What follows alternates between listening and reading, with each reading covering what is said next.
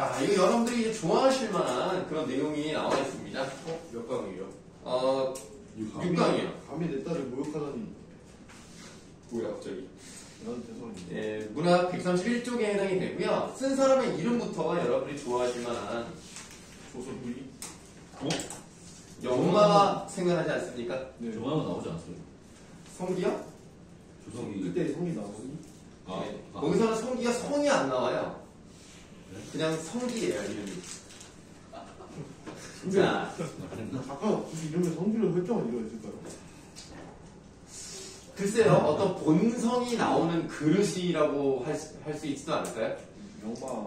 네, 영마라는 운명을 받아들이고 가는 거거든요. 그때 뭐 거의 성기 문제가 있었잖아. 성기에 문제가 있었다고요? 그래서 좋아하는 여자애가 알고 보니까 그 성기 이슈로 인해서 뭐야? 말도 안 되는 그런 내용 아니냐? 네, 일단 한번 넘어가도록 하겠습니다. 이형표 자, 조성기가 썼는데요. 창선 감의록이다 라고 되어 있습니다. 그럼 창선은 뭘까요? 지명. 아, 지명 아니고요. 이게 창이라는 것은 이게 널리, 그러니까 선한 것은 널리 알린다. 이게 창선이고요. 감의는 의로운 것에 감동받는다. 착한 것을 드러내고 의로운 일에 감동받는 이야기. 이게 바로 창선감의록입니다.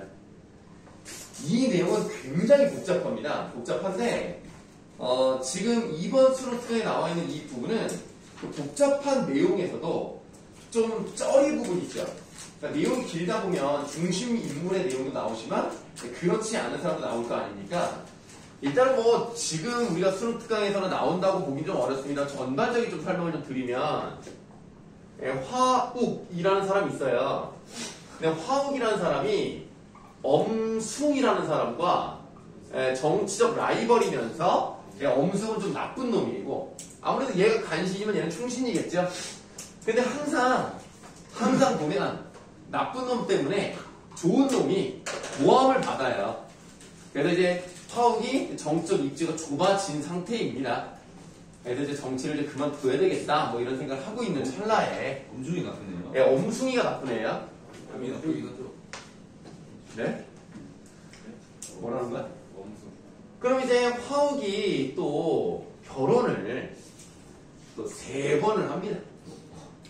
네, 그러면 이제 부인이 또 3명이 있을 거 아닙니까? 그 부인이 일단은 첫 번째 부인이 심씨, 두 번째 부인이 요씨. 이거 우리나라가 배경이 아니에요. 우리나라 소설이지만 이제 중국을 배경으로 하고 있기 때문에 이제 성씨가 좀 이상합니다. 요요? 네, 요씨, 요.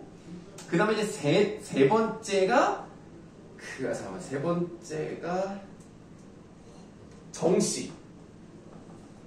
네, 그래서 심씨에게서 나온 애가 화춘. 요씨에서 나온 애는 이제 여자예요. 화빙선. 정씨에서 나온 애가 이제 화진입니다. 네, 그래서 이렇게 이제 그러니까 다 이복 이제 남매죠.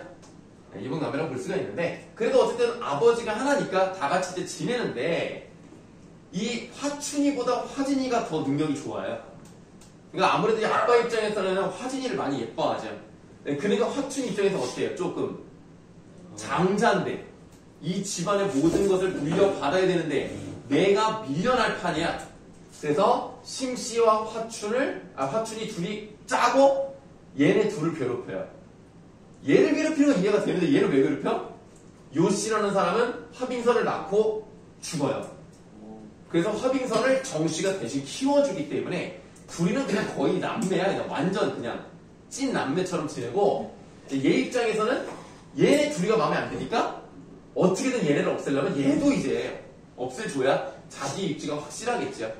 그런데 이제 화진이도 결혼을 하지 않습니까? 근데 얘도 2번 결혼해요. 첫 번째 부인이 윤옥화. 두 번째 부인이 남채봉. 그래서 사실 여기까지가 좀 주요 인물이거든요. 근데 이 글은 어디 지금 여기 나와 있는 건 이제 누구에 대한 얘기가 나오냐면 여기 윤여옥이라는 사람이 나와요. 그 윤여옥이라는 사람은 지금 여기서 보시면 여기 윤씨가 누가 있습니까? 여기 있죠 윤옥화. 윤옥화 쌍둥이 동생이야 윤여옥이. 이 쌍둥이 동생도 사랑하는 사람이 있을 거 아닙니까? 그 사람이 진채경. 그럼 진채경 아빠가 있을 거 아닙니까? 진채경 아빠가 진공. 요 정도 나옵니다. 이 짧은 분량이 다 나오진 않죠. 아, 그러니까 지금 빨간색으로 쓴 부분이 이 스로트에 나와 있는 거고요. 까만색으로 쓴 부분은 전체적으로는 주요 인물이지만 하필 이 부분은 아니다. 여우기가 동생이죠. 네, 여기가 동생이에요. 근데 뭐 그런 건 중요하지 않습니다. 네. 그래서 아 원래는 이렇게 어마어마한 글이구나 라는 것만 아시면 될 것 같아요. 자, 그럼 내용 한번 보도록 할게요. 네. 손 닦으러가지고. 아예 손 닦으러 나가서. 네. 근데 뭐 그러면 안 돼? 근데 약간 좀 손 닦으러 나가는 좀 그래가지고 물 마신다고. 아니 그러니까 뭐 안 돼요? 안 될 이유가 있어요, 근데? 아니요. 그럴 수 있지 뭐. 그래서 고자질 하는 거야. 고자들 너무 많이 하면 안 돼. 왜요? 고자가 될 수도 있어. 자, 그러면 성준이 왜 웃어? 아, 제 저랑 코드가 잘. 고자가요? 아니요. 선생님 무슨 코드? 네, 알겠습니다. 야, 고자 같은 거 좋아해. 손이 보도 좋아하네. 너 빨리 때려. 어제는 재밌는 할수 있어. 고민까지만 해라. 아, 진짜 그러면 안 된다. 아, 즐거움이 없단다. 자, 내용 볼게요. 이전에 진공이 병구에 있을 때였다. 예, 병구는 뭐 지금으로 따지면 뭐 병무청 같은 거라고 보시면 돼요. 뭐 아니면 뭐 국방부랄지 뭐 그런 건데. 엄숭의 양아들. 자, 엄숭 아까 뭐라 이거 나쁜 놈이라고 했지? 네. 엄숭 세모에. 근데 엄숭이 친아들은 없고 양아들이 있는데 그 양아들의 이름이 조문화야. 조문화 세모에. 이 조문화가 이게 엄숭이랑 조문화는 나쁜 놈들입니다. 왜냐면 이제 간신이고 간신의 양아들이니까 아주 그냥 이제 못된 놈들인데 이 조문화가 진공의 딸 채경이 아름답다는 말을 들었어요. 그러니까 진공은 동그라미 하세요. 그러니까 진공이니까 이름이 공이 아닙니다. 예, 그러니까 진시성을 갖는 높은 벼슬에 있는 사람이라서 높여 부르는 말로 진공이라고 하는 거죠. 이름이 안 나와요. 근데 이제 진공의 딸이가 진채경은 맞죠? 아름답다 말을 듣고 자기 아들과 혼인시키려고 청을 했다는 겁니다. 조문화가 결혼한 게 아니야. 엄숭의 양아들 조문화의 아들 이름은 안 나와. 그 아들이랑 진채경이 결혼시키고 싶은 거예요. 네, 혼인시키려고 청을 했습니다. 그랬더니 밑줄 공이 매정하게 사용하면 물리친 일이 있었습니다. 왜 매정하게 사용을 했겠어요? 네, 엄숭이 간신이니까 그 간신 집안에는 절대로 내 딸을 보낼 수가 없다. 이런 의도였겠죠. 그랬더니 조문화가 이제 빡치는 거야. 크게 분개한 나머지 엄숭에게 청탁하여 진공을 산서성 노안부의 제도로 좌초를 시켜버렸습니다. 그냥 저 밑에 그냥 지방 한가한 지구로 보내버렸어. 네, 그러고 다시 양섭을 시켜 진공이 태원전 3천만 냥을 사설에 착복하여도 무고했어요. 양석이라는 사람을 시켜가지고 그런 일이 없는데 있는 것처럼 누명을 씌웁니다.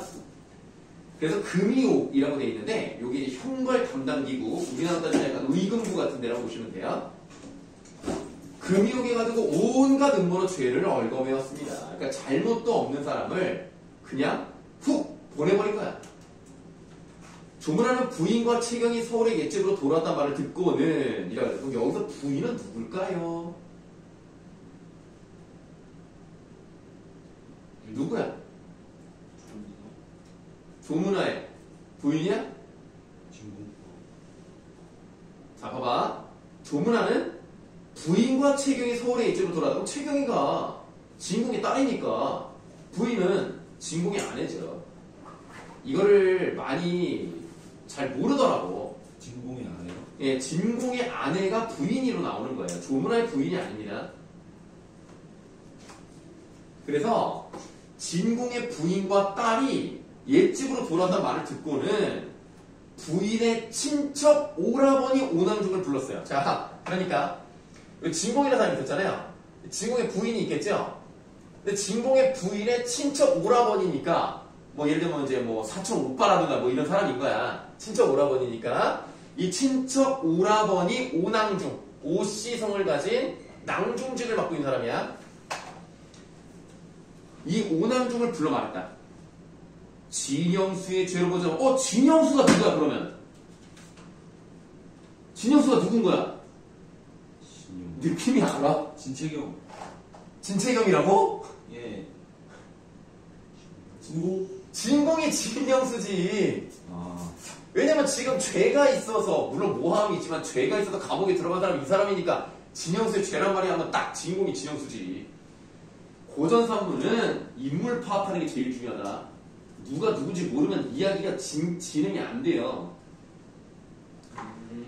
자, 진영수의 죄로 보자면 죽어 마땅하지만 내가 입만 한번 번긋하면 구해줄 수도 있어. 허나 지난번에 진영수는 나를 심히 업신여기며 우리 집의 청혼을 딱 잘라 거절했었지. 딱 나오잖아. 거절한 사람은 아까 계속 진공이었으니까. 그러니 지금 내가 원수를 은혜로 갚을 수는 없지 않소. 듣자니 그대가 진영수와는 친척간이라고 하니 진영수가 살아서 감옥문을 나오는 걸 보고 싶다면 나를 위해 그 딸에게 이 말을 전하시오. 그 딸이 만약 효녀라면 틀림없이 어찌하는지 알 것이오. 딱 느낌 오죠? 어떻게 하라는 거야? 네 아빠 살고 싶으면 결혼해라. 쓰레기다. 오낭중은 오낭중 네모하시고요. 오낭중이 어떤 사람인지 밑줄하겠습니다. 원래 권세 있는 사람을 두려워하며 그저 네네 하기만 한 위인이라서 라고 되어 있습니다. 그럼 오낭중의 성격을 직접 제시하고 있네요.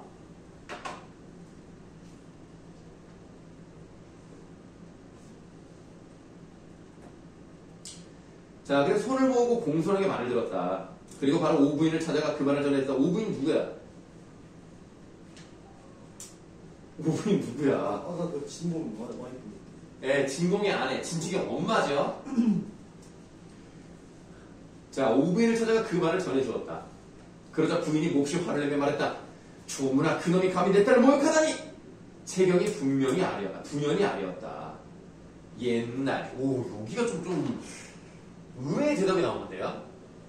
옛날 효녀 중에는 사형에 처하신 아버지의 죄를 대신하여 스스로 관가의 노비가 된 이도 있고 또 몸을 팔아서 부모의 장례를 치른 이도 있습니다. 저의 몸과 머리카락 피부는 모두 부모님이 주신 것입니다. 지금 아버님이 무거운 영광을 받으시게 되었는데 자식으로서 모욕인지 아닌지를 따질 겨를이 있겠습니까? 따다봐. 그럼 뭐 하겠다는 얘기야? 하겠다는 얘기죠. 자, 채경이의 말하기 방식을 한번 보겠습니다. 자, 첫 번째.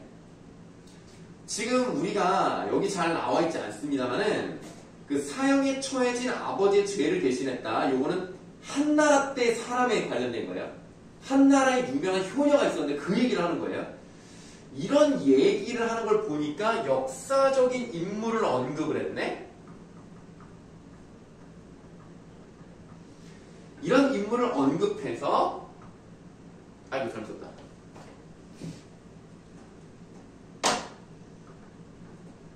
청을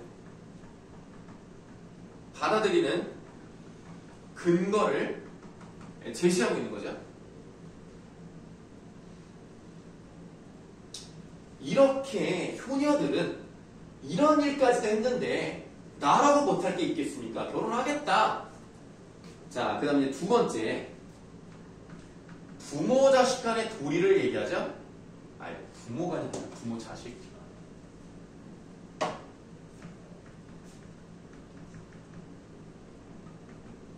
그러니까 나는 신체 발부 수지부모다. 뭔 뜻이야? 부모님 주신. 우리 신체 모든 부모는 부모님에게서 받은 것이다. 그 얘기를 하면서 그럼 어떻게 해야 돼? 나는 당연히 이런 거를 지켜야 되지 않느냐 라고 해서 선택에 대한 이유를 제시하자.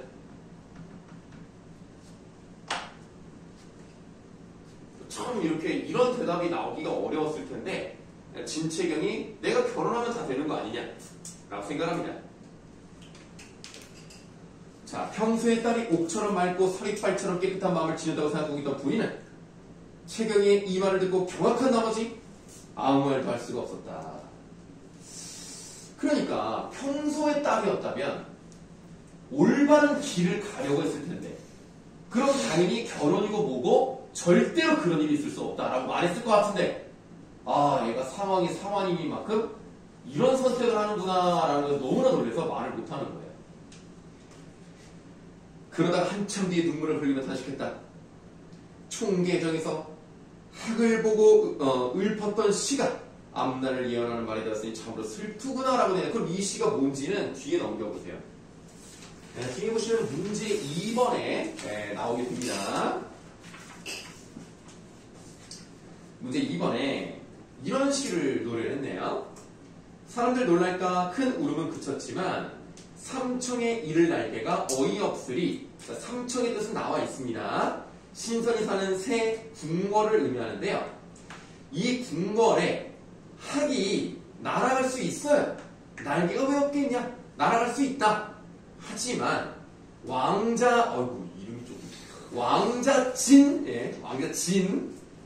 약속이 있어서 밤마다 부산에서 만리밖을 그림에 올라갈 수 있음에도 불구하고 만나야 될 사람이 있었기 때문에 그리움의 마음을 가지고 계속 여기 있다. 이 시를 딱 지었을 때 이 마지막이 좀 느낌이 쎄한 거야. 뭔가 누군가를 그리워하거나 외로움에 빠져있다던가 부정적인 상황이 있을 것 같다는 느낌이 들었는데 이게 바로 그거였구나 라면서 깨닫는다는 얘기예요. 자, 그래서 총계정에서 하늘 보고 읊었던 시가 앞날을 예언하는 말이 되었으니 참으로 슬프구나.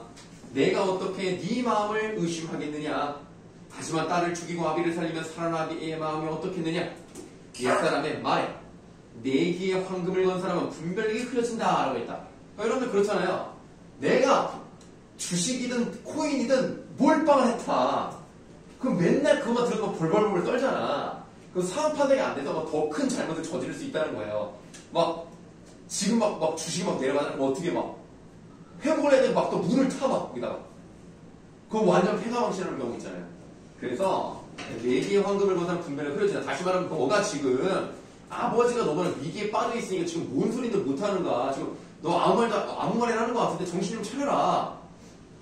지금 내 마음이 황금을 내기에 건 사람과 같을 뿐이겠느냐? 너는 잘 생각해서 결정하거라. 그랬더니 최경이 앞에 갑진가로입니다. 최경은 조금 더 거리낌 없이 직접 오남중에게 혼인을 허락하겠다고 했다. 받아봐. 그러면 최경이는요 자기의 생각이 한 번 딱 정해지면 밀고 나가요. 주체적인 성격을 가지고 있습니다.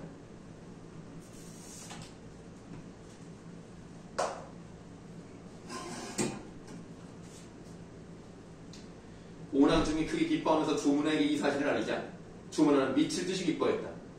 다음날 조문아가 다시 엄중에게 총탁을 넣으니 천자는 주인공을 죽이지는 않고 운남으로 귀향을 보냈다. 야, 이제 목숨은 살렸어요.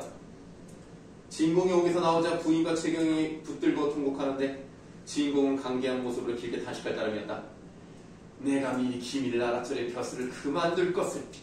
우유부단하게 지체한 탓에 이 같은 몹쓸 일을 당했으니 누구를 원망하겠어. 그렇지만 틀림없이 죽을 목숨을 패하게 너그러이 용서하셨으니 이 또한 천지신명의 보살을 빈덕이죠. 지금 얘는 어때? 딸이 그런 결정을 한지 모르죠. 그냥 임금이 황제가 너그러워서 좀 감해줬다 이렇게만 생각합니다. 네, 그러자 부인이 흐느끼며 조문아와 혼사하기로 한 일을 말했다. 주인공은 화가 치면서 머리털이 모두 곤두섰다. 내가 차라리 처형당에 버려지는 시체가 될지언정 어찌 차마 도적놈과 사돈을 맺은 사람이라는 불명을 내리겠소. 게다가 우리 딸은 3살 때부터 이미 윤여옥과 약혼하여 이미 11해가 지났는데 그럼 나이가 몇 살이야? 14살밖에 안 돼. 중학교 1학년이야 1학년. 너무 어리지 않냐? 대장부라면 어떻게 자식을 팔아 목숨을 구하겠소. 채경이 편안한 낯빛으로 아버지께 말씀드려도 뭐 흔들리지 않아요. 상황이 급박하다 보니 소녀가 경솔하게도 미리 허락을 하였습니다. 이미 깨진 그릇이니 말하들 어쩔 수 없습니다. 또한 각중간호입니다. 또한 세상 일이 다 나름대로 살아날 방도가 있습니다. 받아보세요. 이거 뭔가 있네. 뭔가 빠져나갈 구멍을 만들어 놓은 거야. 아버님께서는 소녀를 걱정하지 마세요. 이렇게 말한 거는 태어난 기색이었다. 진공은 기가 막혀 하늘만 바라볼 뿐이었다. 그러다 다시 가만히 생각해 보았다. 딸아이는 아장아장 걸을 때부터 남다른 담력과 꾀가 있었지. 지금 하는 말과 행동 거절을 보니 틀림없이 자신의 몸을 온전히 할 수 있는 기발한 계획이 있는 게 그냥 그 뜻을 따르고 지켜봐야겠다. 중략 부분 줄거리. 채경의 계획을 듣고 안심한 진공 부부는 채경에게 자신들을 따라오지 말고 오빠가 머물고 있는 회남으로 갈 것을 당부하며 운남으로 귀한 길을 떠납니다. 진공과 부인이 떠나자 채경은 방으로 돌아와 누가 밤낮으로 흐느껴 울었다. 조문화의 하인이 끊임없이 와서 혼인을 재촉했다. 채경은 유머를 시켜 말을 전하게 했다. 이제에서 대가로 이제 막 부모님과 헤어지니 마음이 먹먹합니다. 수십 일 정도 지내고 마음이 좀 진정된 뒤에야 혼인을 할 수 있겠습니다. 한번 닫아볼까요? 자, 이거 지금 무슨 말이에요? 혼인을 미루기 위한 전략입니다. 결혼할 생각이 없어요. 핑계를 대죠. 부모님이랑 헤어져서 너무 슬프니까 최소 수십 일이가 최소 20일 확보 아닙니까? 20일, 30일 정도는 제가 좀 쉬어야 되겠다. 조문화의 하인이 돌아서 채경의 말을 전했다. 아들이 안달이 나서 조급해하자 조문화가 말했다. 사람의 마음이면 그럴 수밖에 없으니 원한 대로 해주자꾸나. 그 아이는 이미 손안에 든 바나 진배 없으니 조금 혼인을 늦춘다고 어디로 가겠느냐. 4대째 후에 조문화는 게시종을 보내 채경이 어떤지 살펴보게 했다. 채경은 머리카락으로 얼굴을 가린 채 이불을 뒤집어쓰고 실마고 있다가 갸냘픈 목소리로 유머를 불러 말했다. 내가에서 또 대가로 내가 슬픈 일을 겪고 마음이 상한 뒤 그때 심한 감기에 걸렸네. 마음을 편안히 먹고 몸소리를 전해서 하루라도 빨리 몸이 완쾌 되어야 아버님을 살려주신 은혜를 갚을 텐데 바깥 사람이 너무 자주 오가니 마음이 불편하네. 받아보세요. 이게 두 번째 전략이래요. 자, 일단 감기 걸렸다고 얘기를 했고요. 그리고 들어오지 못하게 하는 거예요. 왜냐면 자기가 뭘 하는지를 자꾸 보게 되면 거짓말이 들통날 수 있고 어디로가 도망갈 수 있는 기회를 놓칠 수 있잖아요. 자, 계집종이 돌아가 이 말을 하자 조문화가 기뻐하며 말했다. 그 아이가 참으로 효성도 지극하고 은혜를 나누구나. 지금 그 뜻대로 해서 성을 돋우지 말자꾸나. 이후로는 매일 문 밖에서 안분만 먹고 함부로 집 안으로 들어가지 마라.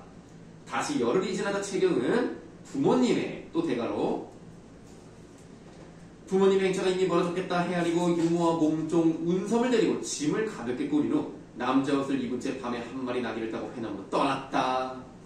떠나버렸어. 이게 또 전략이었던 거죠. 그러니까 이 집에 이제 들어오지 못하게 한 다음에 몰래 남장을 하고 도망갑니다. 그러니까 이 채경이는요, 정도라고 해서 정해진 원칙대로 한 사람은 아닙니다. 그 원칙을 지키기가 어려웠기 때문에 돌려서, 그러니까 나쁘게 말하면 얍삽하게 머리를 써가지고 결국 자기가 원하는 쪽으로 갔다는 거예요. 그래서 우리가 뒤에 나오는 정도와 권도가 있는데, 정도는 올바른 길을 그대로 가는 것이고 정도는 약간 방법을 달리해서 최종적으로 글로 가는, 돌아가는 방법이거든요. 얘는 권도를 했다라고 보시면 되겠습니다. 자, 이렇게 해서 우리가 창선감의록의 일부를 봤네요.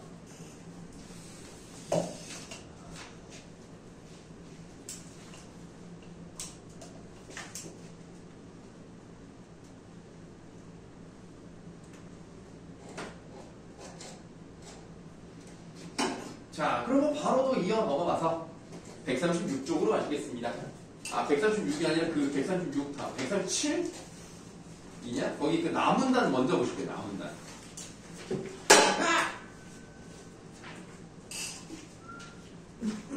남은단.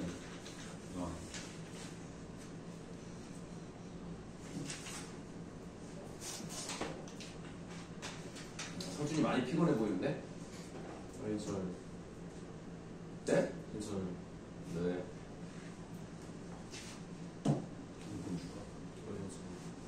자, 남문단을 보시면 김영철 전에는 밑줄 조선 백성 김영철의 전쟁 체험과 고향의 가족과 재회하기 위한 고달픈 인생 역정이 담겨있다.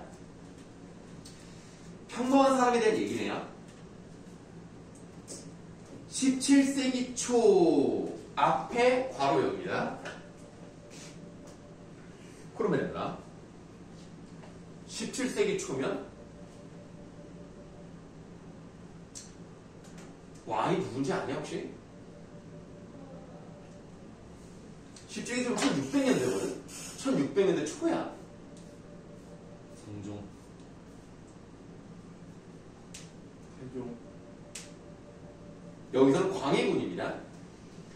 자, 17세기 초 만주 일대에서 후금과 명, 조선은 군사적으로 충돌한다라고 되어 있어요. 좀 괄호 닫으시고요. 예, 시대적이고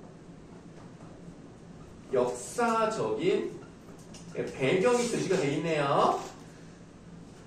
그래서 이렇게 말할 수 있어요. 예, 명, 청, 교체기. 명의 힘이 약해지면서 이제 후금이 점점 힘이 세지고 이 후금이 결국에는 청이라는 나라의 연호를 그 나라의 국호를 이제 만들죠.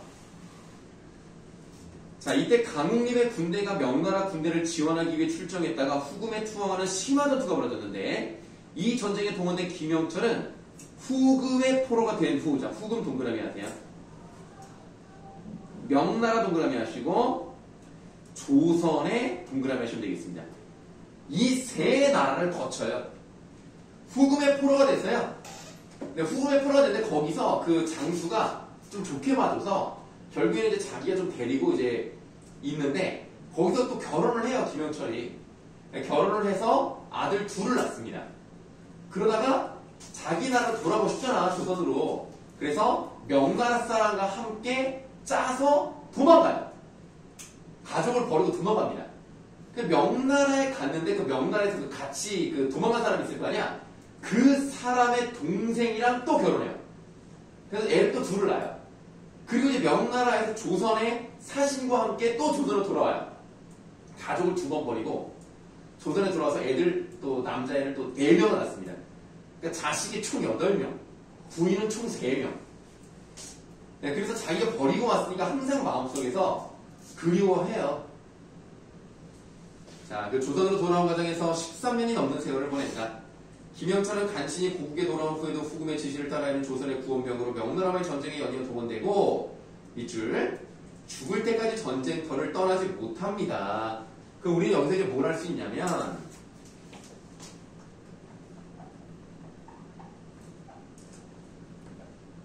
전쟁으로 인해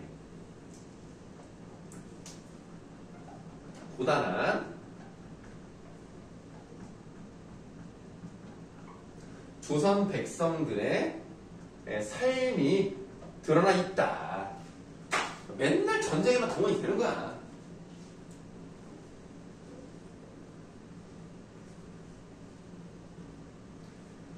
김영철 전에는 후금을 하나의 국가로 인정하지 않고 오랑캐로 낮추어 보거나 명나라와 협력하여 후금과 싸워야 한다고 주장하는 조선인들의 모습이 나타난다. 이는 작가 또한 당시 조선인들이 가지고 있던 네모하세요. 숙명 반청 사상.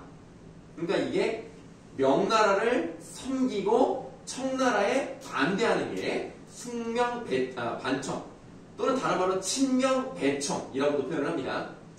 크게 벗어나지 못했음을 보여주는 것이다. 이러한 태도에는 당시의 국제 정세를 제대로 파악하지 못한 시대착오적인 측면이 강하게 드러납니다. 네, 그렇군요. 자, 그럼 이제 본문을 좀 보도록 하겠습니다. 가문단. 이거는 사실 어려운 내용은 아니라서요. 필기할 게 많지 않으니까 무슨 내용인지 파악하면서 쭉쭉 갑시다. 앞부분의 줄거리입니다. 아버지와 함께 전쟁에 참여한 영철은 후금 장수 아라나의 포로가 되어 건주에서 8년 가까이 살며 2 아들을 얻지만 아들들을 두고 명나라 등주로 도망칩니다. 그 도망쳤을 때 같이 간 사람이 있어요. 그 사람이랑 이제 등주에서 6년을 지내며 다시 두 아들을 얻은 영철은 고향 사람을 만나 그의 도움을 얻어 간신히 조선으로 돌아온다. 고향에서 다시 가장을 꾸린 영철은 조선의 군대가 후금의 구원병으로 명나라의 전쟁에 동원되었을 때 임경원 밑에서 종사하겠다. 임경원 많이 듣지 않았어요? 인정업전. 그렇죠. 박시전에도 나옵니다. 실제로 조선 때 의주 쪽에서 아주 활약했던 장수입니다. 이때 임경업이 명나라 장수에게 조선과 명나라 두 군대가 서로 상해를 끼치지 말자는 내용의 편지를 보냅니다. 자, 명나라 장수가 편지를 읽고 몹시 기뻐하며 영철에게 은 30년과 배 20피를 선물로 드리고 답장을 써주었다. 돌아오는데 불빛 속에서 한 사람이 나타나더니 영철의 손을 잡고 말했다. 자네가 이곳에 어찌 왔나? 자세히 보니 바로 전윤현이었다. 이 전윤현이라는 사람이 명나라 사람이고요. 아까 청나라에서 명나라로 도망왔을 때 같이 왔던 사람. 그리고 그 사람의 여동생이랑 결혼했어요. 그러니까 자기 이제 그 뭐라고 하냐, 그 자기 부인의 오빠를 뭐라고 그러지? 매형이냐? 부인. 매형 아니지? 뭐라고 그러지? 형님, 자기 부인의 오빠를 형님이라고 해요. 형님 그런가? 네, 형님 맞고. 형님이요? 네. 뭐 그렇다고 하죠. 난 잘 모르겠다. 제가 이 누나의 사촌 누나의 남자친구한테 이런 걸 매운 사촌 누나의 근데 이거는 그게 아닌데 자기 아내의 오빠인데 아, 그럼 그냥 형님 아니에요? 그냥 형님이야? 그런가 봅니다. 잘 모르겠다 나. 자, 어쨌든 형님인 거예요. 그래서 영철은 경험 없는 중에 놀랍기도 하고 기쁘기도 하여 대체 처자식 소식부터 묻고는 선물로 받은 배 20일 전인현에게 주며 말했다. 가지고 가서 아내와 자식에게 전해줘요. 지금 이걸 보면 나는 무슨 생각이 했냐면, 아니 전인현 입장에서는 자기 여동생을 버리고 도망간 사람이잖아. 근데 별로 말을 안 하대. 반가운 거 아니에요? 배 20필이 좋았나? 뭐 어쨌든 돌아와 배를 대니 날이 밝아왔다. 영철은 임경에게 편지를 주었는데 임경업이 미처 편지를 뜯어보기도 전에 갑자기 오랑캐 두 사람이 말을 달려왔다. 임경업은 즉시 편지를 숨겼다. 오랑캐 두 명이 배에 오르더니 임경의 목을 잡고 움켜잡고 말했다. 너희 쪽 작은 배가 적진에서 오는 것을 봤다. 내통하고 온 것이 분명하다. 임경업을 위협하여 옷과 신발을 벗기고 배에 탄 병사들의 옷도 모두 벗겨 샅샅이 수색했지만 아무것도 나오지 않았다. 오랑캐들이 배에 있는 두 병사를 보고 자백하라며 죽어가던 병사들은 이렇게 말했다. 물을 깊이 위해 갔었습니다. 오랑캐들이 성에서 임경업에게 두 병사의 목을 베라고 했다. 임경업은 소교에게 눈짓을, 소교라는 사람이 있어요. 다른 섬에 가서 목을 베게 했다. 소교는 즉시 검을 거꾸로 잡고 내리쳐 목을 베는 신용을 해 보이고는 자기 코를 때려 검에 피를 묻히고 돌아와 오랑캐에게 보여주었다. 오랑캐는 그제야 돌아갔다. 이날 임경업은 명나라 군대와 전투를 벌였다. 명나라 군대가 앞으로 밀고 나와 우리 군대를 포위하자 우리 군대는 총알 없는 총을 쏘고 명나라 군대는 화살 쪽에 빠지는 화살을 쏘아댔다.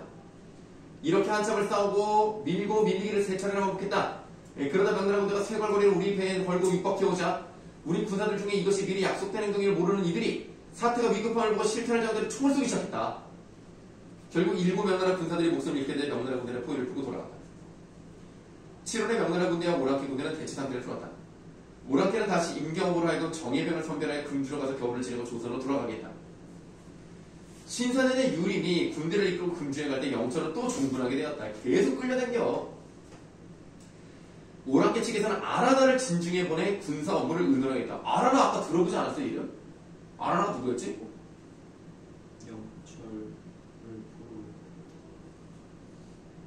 영철을 포로로 잡았던 청나라 장수입니다.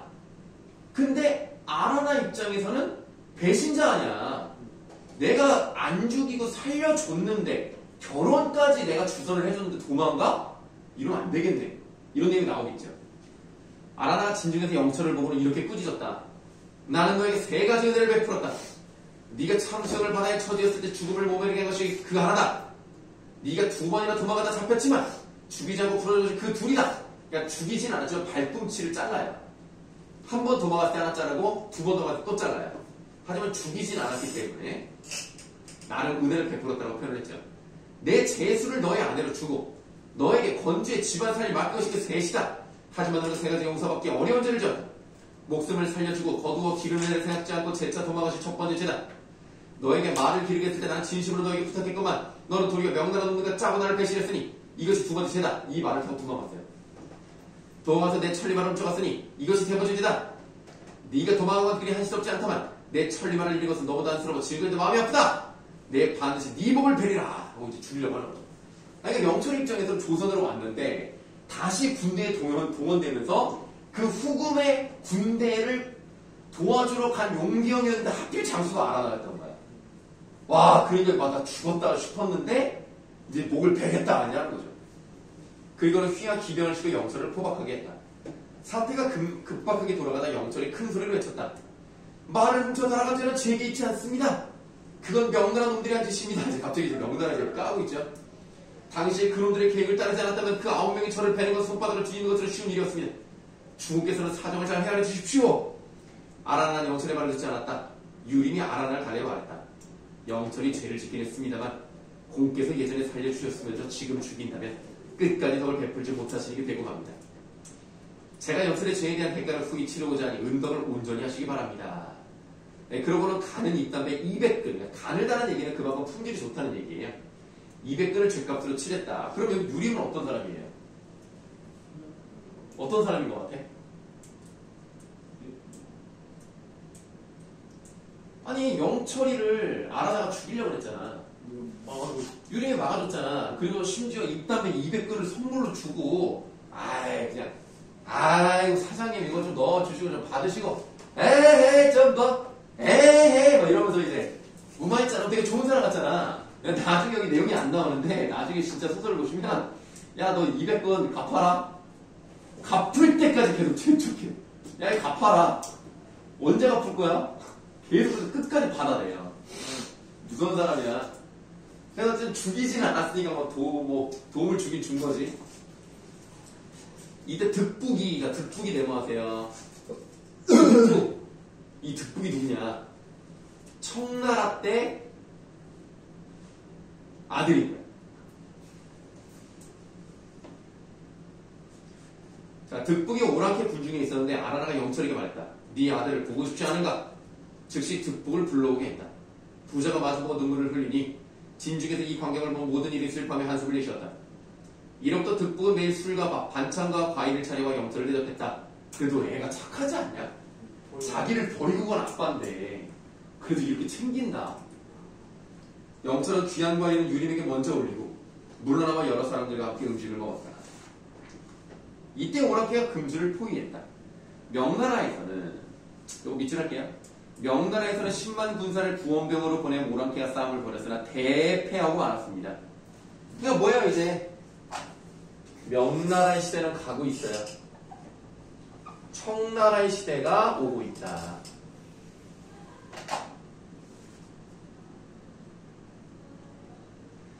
유림은 영철을 홍타이지에게 보내 축하 인사를 하게 했다. 중력이 되었고요. 영철은 의상, 득상, 득발, 기발. 아이고 이름도 좀 특이하네요. 기발. 그렇군요. 그럼 얘네들은 4명이니까 이거는 언제적 아들일까요? 요거는 조선으로 돌아와서 얻은 아들들이에요. 청나라 2명, 명나라 2명, 조선 4명입니다. 그래서 요게 이제 조선에 돌아온 다음에 얻은 아들들이에요. 그 다음에 밑줄 하세요. 자신이 종군함에 겪은 고통을 늘 생각하며 자식들이 같은 고통을 겪을까 두려워했습니다. 그러니까 지금 이 사람은요 계속 전쟁에 끌려다녔거든. 그래서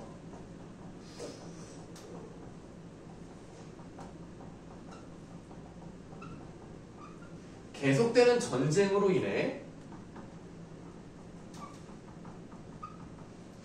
조선의 백성들이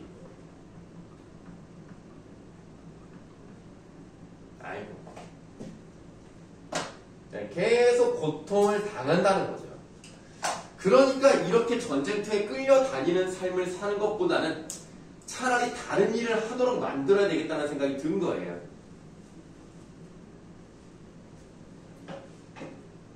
그래서 무술년에 조정에서 잠옷한 성을 고쳤사하며 성을 방비할 병사를 모집했는데 이에 응한 사람은 군역을 면해주었다. 그러니까 이제 군 면제를 시켜주는 거예요. 영철이 즉시 내 아들과 함께 성으로 들어가 살았으니 이때 이미 영철의 나이가 60이 넘었다. 영철은 가난 속에서 어쩔 수 없이 늙어가며 가슴 속에 불평하는 마음이 일어날 때마다 성 위로 올라가 북쪽으로 건주를, 남쪽으로 등주를 바라봤습니다. 건주에 누가 있어요? 건주가 청나라의 첫 번째 부인과 아들 2명. 그리고 남쪽으로의 등주는 명나라. 그러니까 여러분들 그 역사적인 걸 보시면 그 명나라가 원래 이렇게 있다가, 그러니까 여러분들 입장에서 이렇게 있다가 이 후금이 점점 세력이 커지면서 명나라 밑으로 내려오죠. 그러니까 이제 북쪽이 청나라고 이제 아래쪽이 명나라니까 이 명나라 쪽을 이제 보면서 두 번째 부인과 두 아들을 떠올리는 겁니다.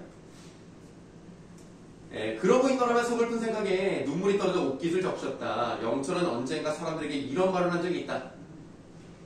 내가 아무 잘못도 없는 처자식을 저버리고 와 두 곳의 처자식들로 하여금 평생을 슬픔과 한탄 속에서 살게 했으니 지금 내 곤궁함이 이 지경에 이르니 어찌 하늘이 내린 재앙이 아니겠는가.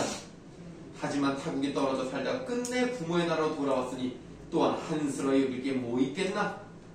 영철은 20년간의 성을 지키다가 84세에 되던 해에 죽었다. 오래 살게 됐는데 고통스럽게 살다가, 그러니까 아들들 4명을 군대에 보내지 않긴 했지만 계속 산을 지키는 업무를 하게 만든 거니까 참 이게 좋다고 말하기도 어렵죠. 그래서 굉장히 힘들게 살았던 김영철의 모습이 나타나 있다는 점. 딱히 뭐 설명 그렇게 필기할 거 많지 않았습니다. 자, 쉬는 시간 갖도록 하겠습니다.